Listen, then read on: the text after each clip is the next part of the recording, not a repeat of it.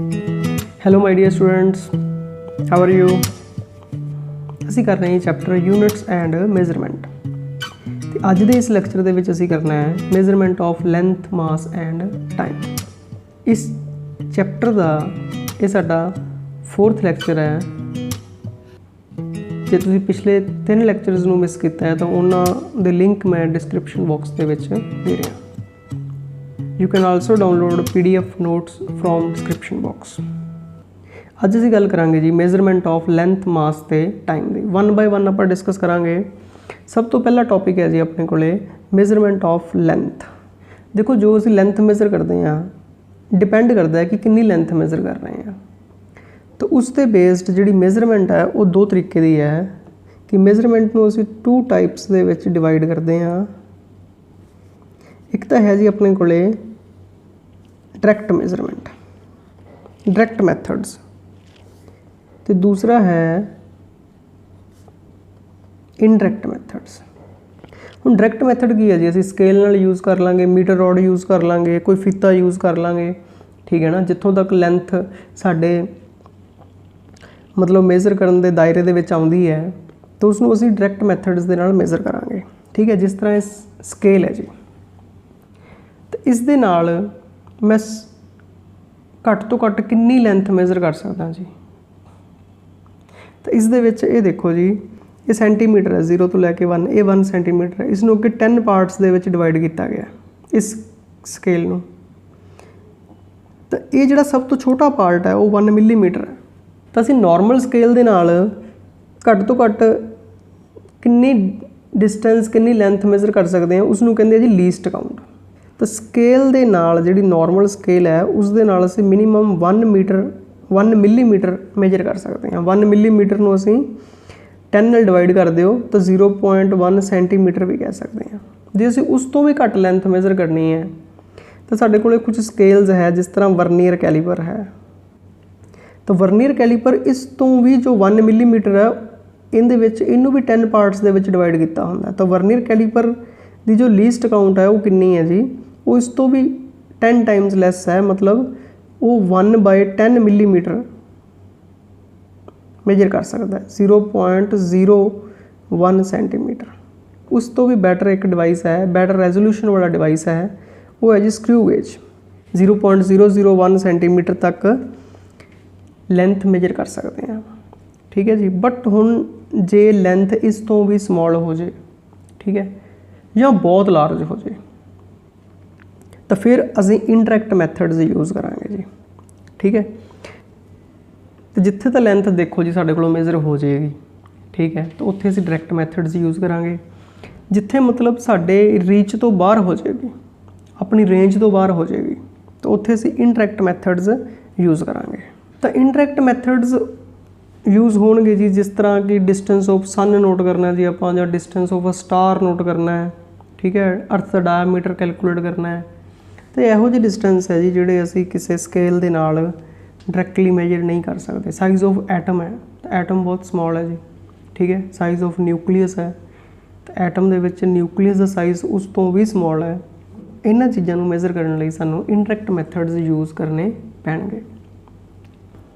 हुण आपां range of length की गल करते हैं जी, कितनी कोई लेंथ असीं किस लेंथ की गल कर रहे हैं। स्मॉल तो स्मॉल लेंथ कितनी हो सकती है जो असीं मेजर करनी है, जां जे असीं लार्ज डिस्टेंस लॉन्ग डिस्टेंस की गल करते हैं तो कितना हो सकता है, ठीक है। तो बहुत ही छोटी मेजरमेंट की मैं तुहानूं गल दसदा, जिवें जी साइज़ ऑफ न्यूक्लीयस है। तो जो न्यूक्लीयस का साइज़ है वो 10⁻⁻14 मीटर इस ऑर्डर दे विच हुंदा है। मतलब 1 मीटर असीं लईए तो उन्होंने 1 दे नाल 14 जीरोज़ लगाइए, 14 जीरोज़ लगावांगे तो कितनी वड्डी फिगर बन जाएगी जी, ठीक है। लगाते जाओ जी इस तरह ही, तो उन्ने हिस्सों के असीं 1 मीटर नूं डिवाइड करिए तो साइज़ ऑफ न्यूक्लीयस है। इस तरह जे असीं गल करिए कि रेडियस ऑफ अर्थ की, तो रेडियस ऑफ अर्थ जिहड़ा है वो है जी 6.4 × 10⁻6 मीटर, या 6400 किलोमीटर है। जो तुसीं किलोमीटर दे विच याद रखना चाहुंदे हो ईजी है। जे असीं डिस्टेंस बिटवीन अर्थ एंड सन की गल करिए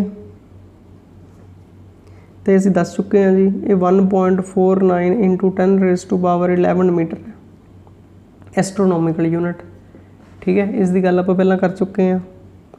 तो जे बिल्कुल असीं एंड पॉइंट तक पहुँच जाइए जी साइज़ ऑफ यूनीवर्स की गल करिए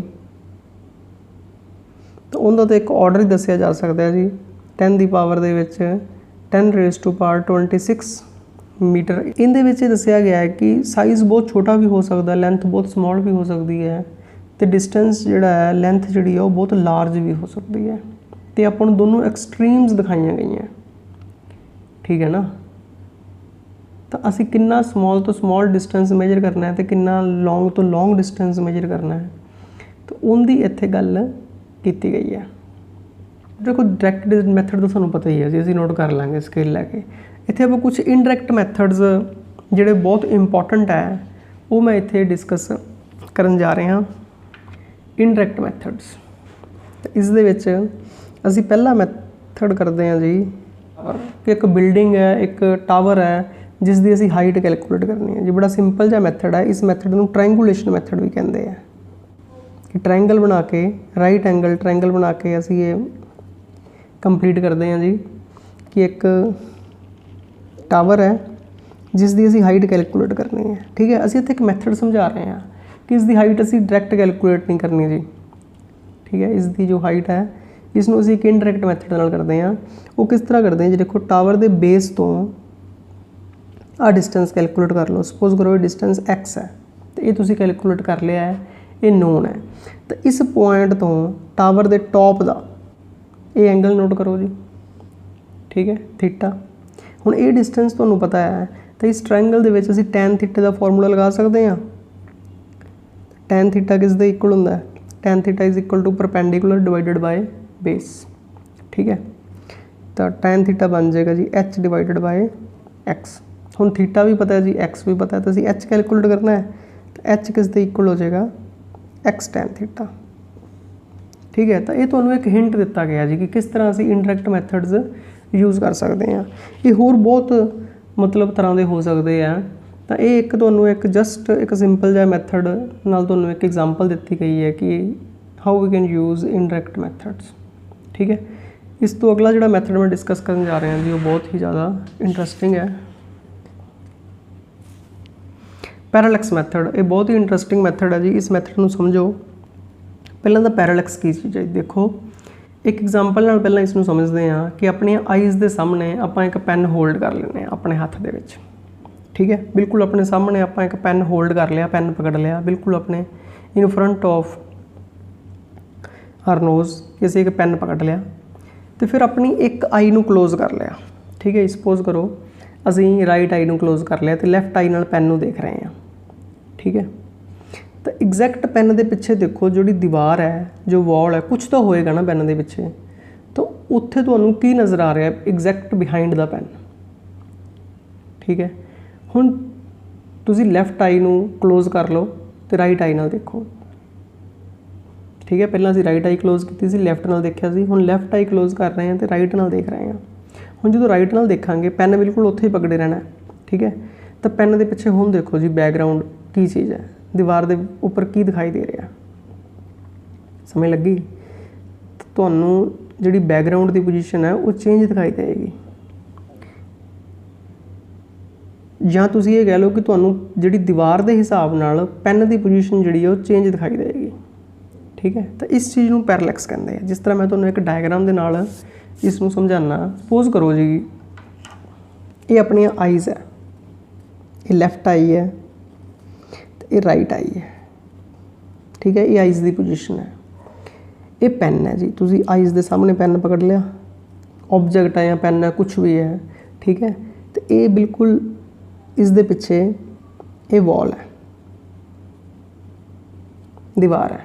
तो सब तो पहला असीं राइट आई क्लोज की जी, हुण राइट आई असीं क्लोज कर ली तो लैफ्ट आई सिर्फ देख रही है जी ऑब्जेक्ट नूं। तो जो लैफ्ट आई देखेगी इस ऑब्जेक्ट नूं, ठीक है जी, light travels in straight line, तो लैफ्ट आई के अकॉर्डिंग सानूं स्क्रीन के उपर पैन के पिछे आ पॉइंट दिखाई देगा। ठीक है, जो असीं लैफ्ट आई नूं क्लोज कर देंगे, हुण राइट आई दे नाल ऑब्जेक्ट नूं देखांगे तो सानूं वॉल के उपर ये पॉइंट नज़र आएगा जी, या ये कह लो कि पैन के पिछे पहला ये पोजीशन दिखाई दे रही सी, हुण पैन के पिछे ये पोजीशन दिखाई देगी।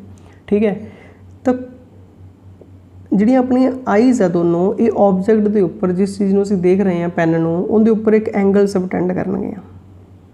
इस एंगल नूं पैरालैक्स एंगल कहते हैं। ठीक है जी, तो जिहड़ा ये आईज़ दे विच डिस्टेंस है, इस चीज़ नूं बी नाल डिनोट किया जाता है जी, तो इस चीज़ नूं बेसिस कहते हैं। ठीक है, ये डिस्टेंस है उस ऑबजैक्ट का एक्स, जो असीं कैलकुलेट करना है इस मैथड के नाल। ठीक है, भी जी पोजीशन ऑफ पैन है दैट सीम्स टू चेंज, मतलब ऐ लगता जिवें चेंज हो गई है with respect two point on the wall, कि वॉल के उपर जो पॉइंट सी उनके हिसाब नाल जी पैन की पोजीशन है जो आप अलग अलग आईज़ नाल देखते हैं तो आपको अलग अलग लगती है। ठीक है, इस चीज़ को पैरालैक्स कहते हैं जी, this is called parallax and theta is parallax angle और पैरालैक्टिक एंगल। तुहानूं याद होएगी डेफिनेशन कि एंगल नूं डिफाइन किया सी कि एंगल किस दे इक्वल हुंदा है, इस मैथड दे नाल असीं कि थीटा इज़ एंगल, ये आर्क है तो ये रेडियस है। थीटा किस दे इक्वल है जी, length of arc divided by radius, ये असीं कर चुके हैं। ठीक है जी, तो कुछ सेम जी डायग्राम अपने को इत्थे बन रही है, आ थीटा है जी, तो यह आर्क है तो आ रेडियस है। तो फिर वही डेफिनेशन आप इत्थे लगाने हैं जी, theta is equal to arc divided by radius, theta is equal to length of arc divided by radius. इत्थे आर्क किहड़ी है जी, आ लेंथ है जी आर्क दी बी। ठीक है, तो रेडियस की है एक्स। जे असीं एक्स इहदे विचों कैलकुलेट करिए तो एक्स कितने इक्वल बनेगा, बी डिवाइडेड बाय थीटा। देखो आईज़ दे विच डिस्टेंस तो हुण असीं कैलकुलेट कर लांगे, जो बी है जो साडा बेसिस है, तो थीटा असीं नोट करना है इस मैथड दे नाल। ठीक है, तो थीटा रेडियन दे विच कैलकुलेट करना है जी। ठीक है, थीटा डिग्री दे विच मेजर नहीं करना, चलो तुसीं डिग्री दे विच मेजर करके उन्होंने रेडियन दे विच कन्वर्ट कर सकते हो।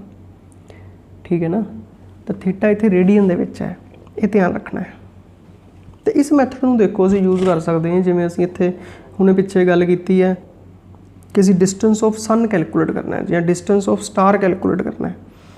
ठीक है, तो किस तरह, क्योंकि सन भी एक स्टार ही है जी। देखो हुण देखो जी, इस मैथड नूं असीं यूज़ करना है to calculate distance of sun. Sun is a star, sun is the nearest star. ठीक है, तो यहाँ किसी भी स्टार का डिस्टेंस कैलकुलेट करने लिए तो किस तरह करना है जी, देखो कि ये अर्थ है, ये सन है, अर्थ के उपर आप कोई दो पॉइंट लै लें, सपोज करो जी these are two points A and B.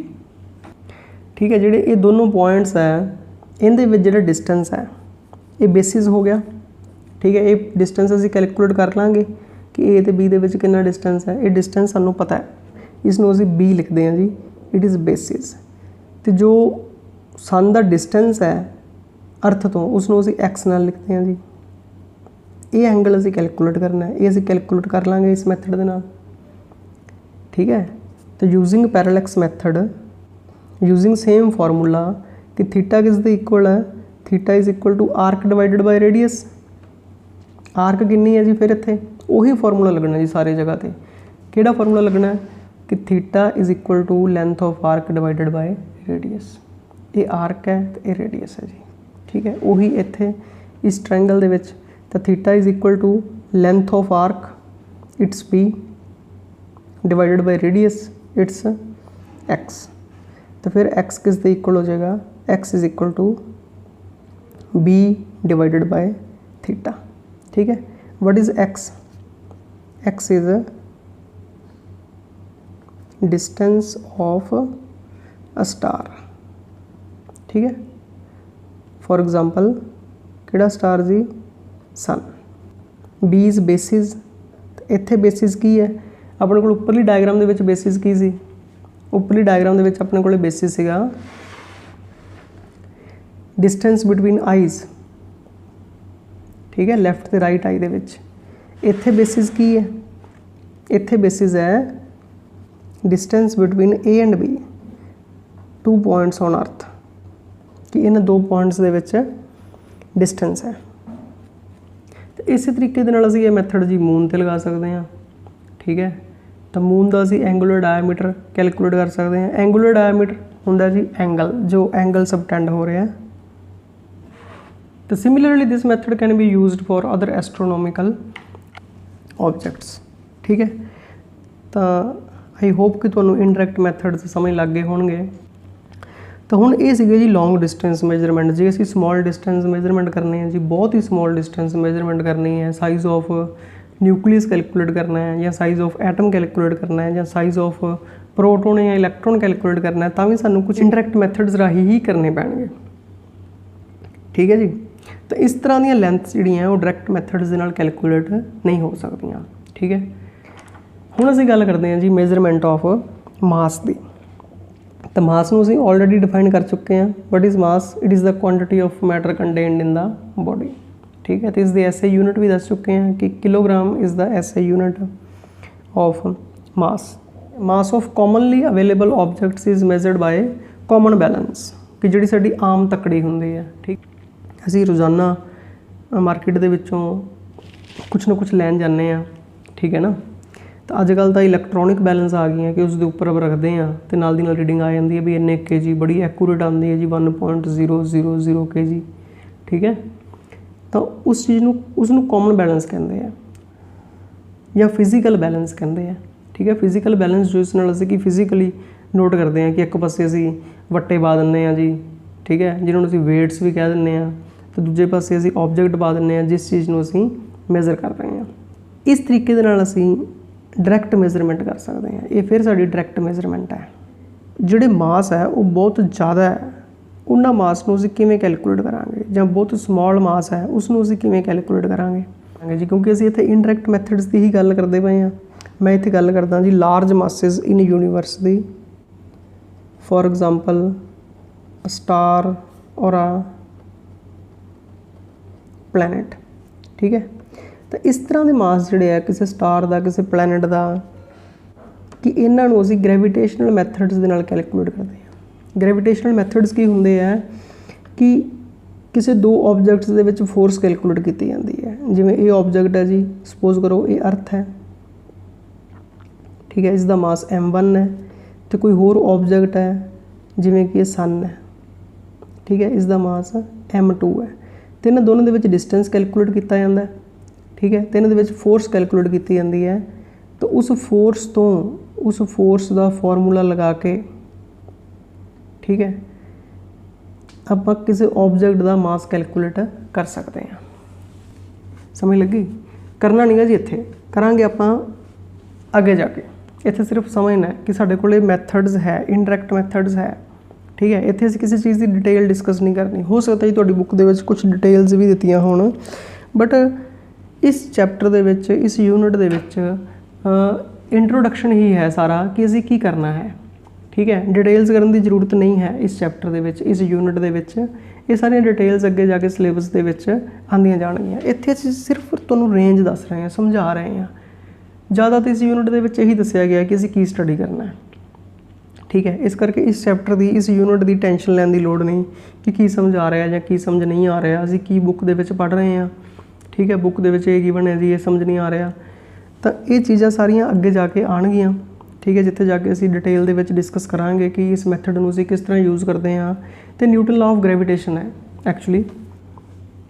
ठीक है, तो ये तो हो गया जी लार्ज मास।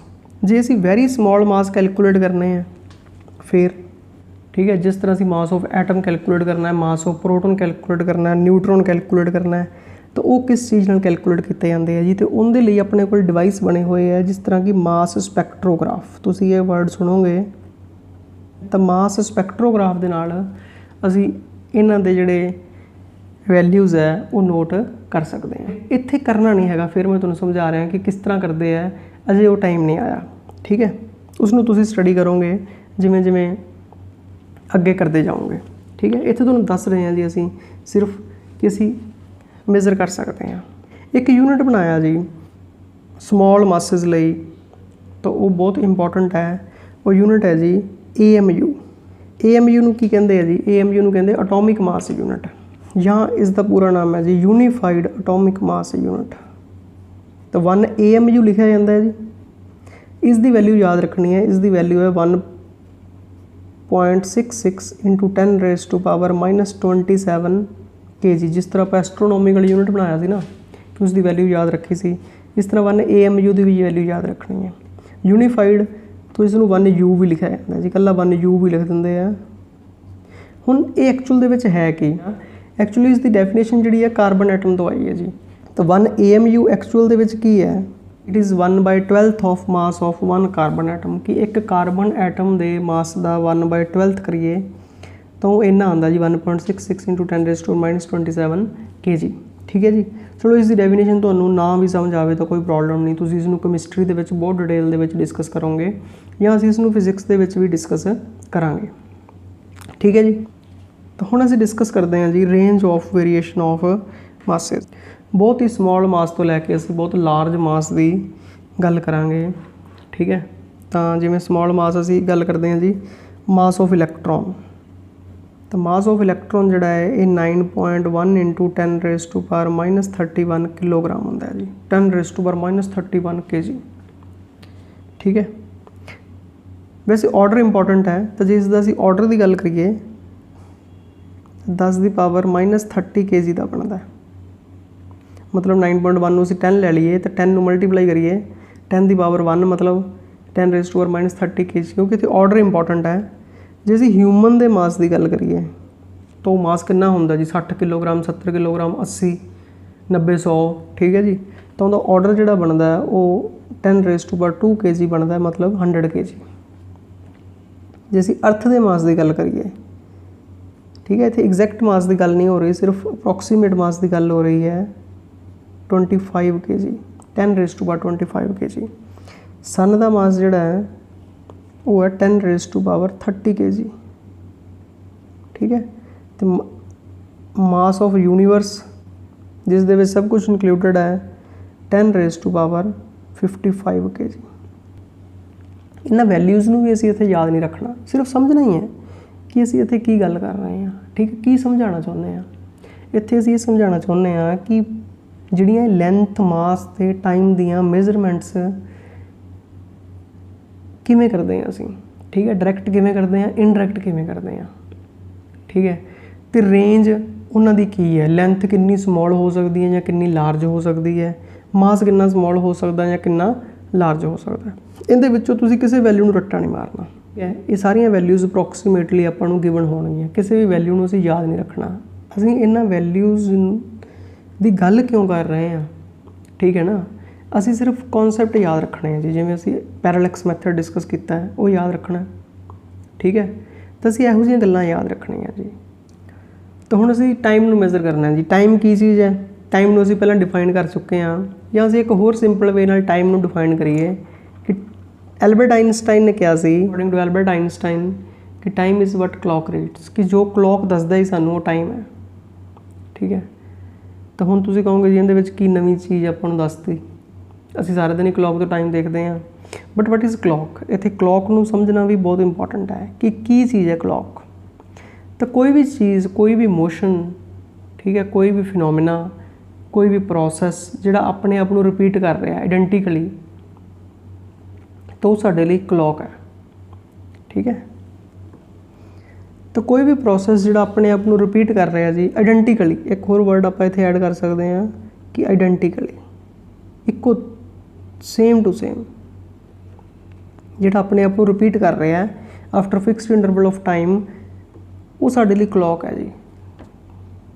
तो हुण देखो जी अर्थ रोटेट कर रही है अबाउट इट्स ओन एक्सिस, कि अर्थ है ये अपनी एक्सिस के अबाउट रोटेट कर रही है, ये अर्थ की एक्सिस है।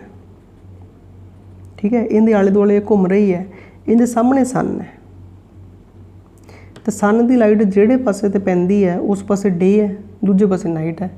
तो 24 आवर्स के बाद वो घूम के फिर उत्थे आ जाती है। ठीक है। तो इस रोटेशन करके डे एंड नाइट बन रहे हैं, तो ये साडे लई सब तो बड़ा क्लॉक है।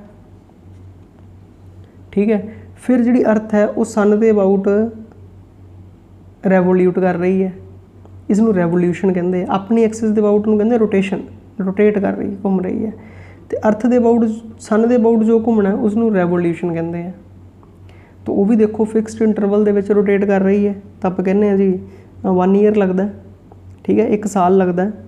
हाँ एक्चुअल दे विच भावें थोड़ा जिहा टाइम ज़्यादा है, 365 2-5 डेज़ है, 1/4 डे, चौथा हिस्सा दिन का वाधा आंदा, जिंदे करके लीप ईयर बनता है। बट ये जिहड़े फिनोमिने है ना, ये एक्चुअली अपने वास्ते क्लॉक है, ठीक है। असल च क्लॉक इत्थों ही बनया है कि ये रिपीट हो रहा वार वार, उस तरीके नाल क्लॉक दी सूइयां भी वार वार उस तरीके नाल रिपीट हो रही हैं। तो इस तरीके दे नाल टाइम जिहड़े है जी वो बहुत लॉन्ग इंटरवल्स भी हो सकते हैं तो स्मॉल इंटरवल्स भी हो सकते हैं, ठीक है। तो लॉन्ग मतलब कि यूनीवर्स कदों का बनया जी, अर्थ नूं बने नूं कितना टाइम हो गया, या लाइफ अर्थ के उपर आए नूं कितना टाइम हो गया। तो ये सारे लॉन्ग इंटरवल्स है। जिहड़े स्मॉल इंटरवल्स है वो बहुत स्मॉल हो सकते हैं जी। 1 सेंटीमीटर का डिस्टेंस है, लाइट उसनूं कितने टाइम च क्रॉस करेगी, ठीक है ना, क्योंकि लाइट की स्पीड बहुत ज़्यादा है। तो इस तरह बहुत स्मॉल इंटरवल भी हो सकते हैं। तो इत्थे चलो क्लॉक की गल की गई है जी, एक तो मैं होर चीज़ दसां इत्थे कि मोस्ट जिहड़े एक्यूरेट टाइप क्लॉक्स है, जिहड़े मोस्ट एक्यूरेट क्लॉक है वो काहदे ते बेस्ड बने होंदे जी, वाइब्रेशन ऑफ एटम्स, ठीक है। तो स्पैशली किहड़ा एटम है जी जिहड़ा इत्थे बहुत ज़्यादा यूज़ किया जा रहा है, वो है जी सीजीएम। तो सीजीएम क्लॉक बहुत मशहूर है जी। तो सीजीएम क्लॉक बहुत वारी गल आएगी इत्थे, या सीजीएम क्लॉक नूं असीं की कहने आ, एटॉमिक क्लॉक। एटॉमिक क्लॉक भी कहा जाता है जी, क्योंकि एटम्स ते बेस्ड क्लॉक है। तो तुसीं देखिया होएगा जी अपने घरां दे विच भी क्लॉक लगे है जी, असीं साडे घरां दे विच भी 3 या 4 क्लॉक लगे हैं ना, 2 क्लॉक लगे हैं, तुसीं उन्हां दोनों का टाइम सेम करते हो, ठीक है। तो 3-4 दिन बाद देखिया जी उन्हां दे टाइम दे विच फर्क पिया होएगा, एक क्लॉक थोड़ा जिहा अगे हो जाएगा, दूजा थोड़ा जिहा पिछे रह जाएगा। तो इन्हां दे विच एक्यूरेसी नहीं हैगी, ठीक है। टाइम दस रहे आपां नूं, आपां कहने जी तो पिछे है जी, है ना, तो मैच नहीं करनगे। पर जे असीं सीजीएम दे क्लॉक नूं 2 सीजीएम दे क्लॉक ले लीए तो उन्हां दे टाइम मैच करके तो उन्होंने ऑन कर दईए, तो कई साल उन्हां दे टाइम दे विच 1 सैकेंड का भी फर्क नहीं आएगा, ठीक है ना। तो इन्हां दी जिहड़ी एक्यूरेसी है वो बहुत ज़्यादा है, ठीक है ना। तो जिहड़े सीजीएम क्लॉक्स है वो मोस्ट एक्यूरेट क्लॉक्स है। तो इस तरीके दे नाल टाइम दी मेजरमेंट्स है जी, डायरैक्ट ते इनडायरैक्ट, ठीक है। तो आई होप अज का ये टॉपिक जिहड़ा है समझ लग गया होएगा। So all the best, have a nice day.